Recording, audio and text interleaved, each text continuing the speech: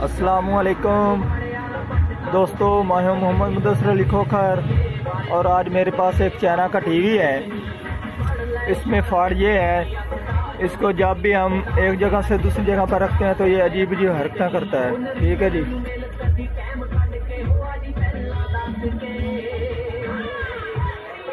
इसको ओपन करेंगे और उसके बाद देखते हैं इसमें इसके किस हिस्से में फॉल्ट है। इसको ओपन करते हैं, फिर देखते हैं इसमें कौन सा मसला है या कौन सा मसला नहीं है। जिन दोस्तों ने मेरे चैनल को सब्सक्राइब नहीं किया वो चैनल को सब्सक्राइब कर लें और साथ बेल के बटन को दबा दें ताकि हर आने वाली वीडियो आपको मिलती रहे।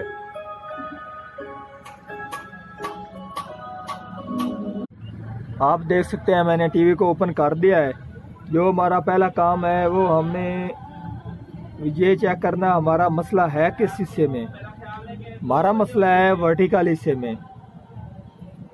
जब आपको ये मालूम हो जाएगा कि हमारा मसला है किट के किस हिस्से में, फिर आपको जो कि किट का वो नुक्स है वो निकालना आसान हो जाएगा। तो हमारा मसला है वर्टिकल का, तो हम सबसे पहले वर्टिकल के वोल्टेज चेक करेंगे। उसके बाद इसमें कोई जो कि जब भी हम इसको एक जगह से दूसरी जगह पर रखते हैं तो ये हरकत करता है। तो ये अक्सर मसला आता है लूजिंग में। पहले चेक कर लेते हैं हमारा कोई आईसी वगैरह या फिर कोई कैपेसिटर की टांग वगैरह या कोई किसी पुर्जे की कोई टांग वगैरह लूज तो नहीं है। आप देख सकते हैं हमारे जो कि वर्टिकल हिस्सा उसके कोई भी टांग लूज नहीं है। ठीक है जी, अक्सर ये मसला वर्टिकल के लूज होने का भी आता है। ठीक है जी, तो आप देख सकते हैं हमारा वर्टिकल उसकी में लूजिंग नहीं है। और उसके बाद ये मसला हमारे जो कि आईसी है मेन उसमें भी आता है। आप देख सकते हैं हमारे आईसी के भी हर पॉइंट ओके है।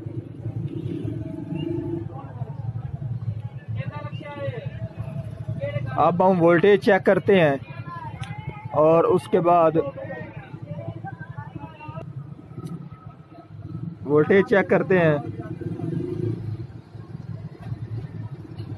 आप देख सकते हैं हमारे वर्टिकल के 27 वोल्ट ठीक आ रहे हैं।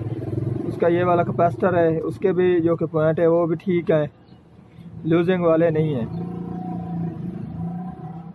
वर्टिकल के ऊपर भी हमारे वोल्टेज ठीक हैं।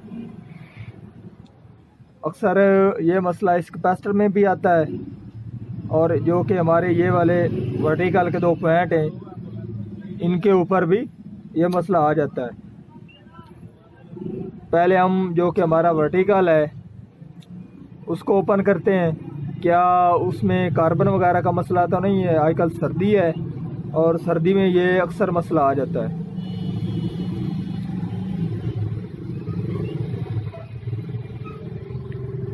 आईसी को ओपन करेंगे और चेक करते हैं। फिर आप देख सकते हैं मैंने वर्टिकल को ओपन कर लिया है और आप देख सकते हैं वर्टिकल की कंडीशन भी। इसके ऊपर काफ़ी कार्बन जम चुका है जो कि इसके अंदर वाले पॉइंट हैं।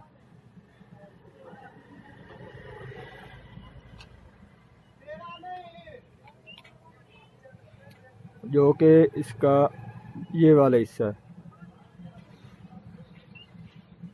इसके अंदर काफ़ी कार्बन जम चुका है।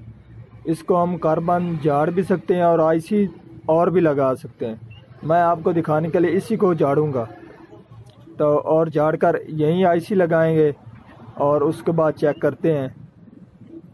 इंशाल्लाह हमारा मसला इसी आईसी से ही होगा। इसको झाड़ेंगे।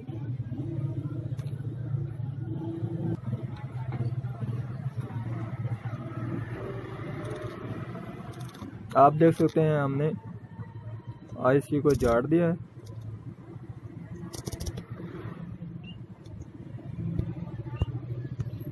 इसके अंदर भी रॉड लगा देंगे।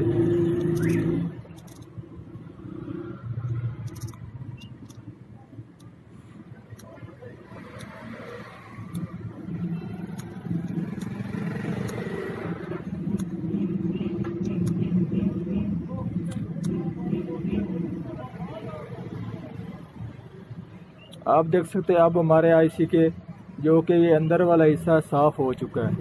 अब मैं ये आईसी लगाऊंगा और उसके बाद इसको चलाकर चेक करते हैं क्या हमारा इसी का मसला था या फिर और मसला है इसमें। अब हम आईसी को थिनर से वॉश भी कर देंगे ताकि अच्छी तरह से हमारा कार्बन जड़ जाए।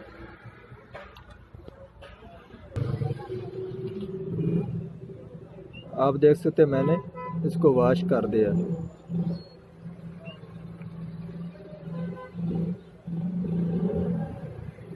आईसी हमारा है LA78040। आप देख सकते हैं मैंने आईसी को लगा दिया है। आपने जब भी आईसी लगाना है उस वक्त जो कि इसका ये वाला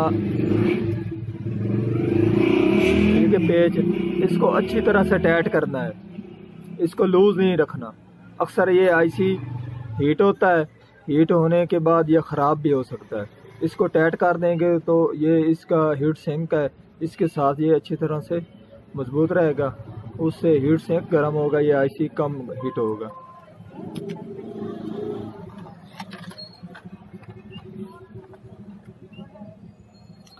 अब हम टांके लगाएंगे आईसी के। मैंने टांके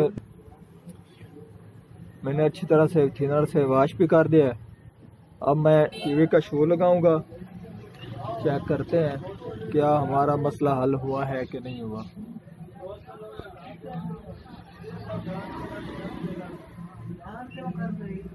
आप देख सकते हैं हमारा टीवी ओके हो चुका है। जो कि ये हमारा पट्टी चल रही है ये अक्सर कंट्रास्ट की वजह से आती है, LCD की नहीं आती कैमरे में। ठीक है जी, अब हम खड़काएंगे। आप देख सकते हैं अब मसला नहीं है।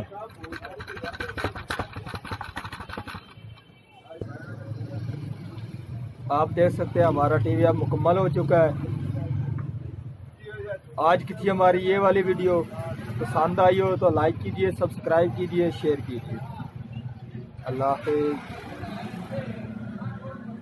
ये जो पट्टी वगैरह चलते हैं ये अक्सर कंट्रास्ट की वजह से चलती है। अल्लाह हाफिज़।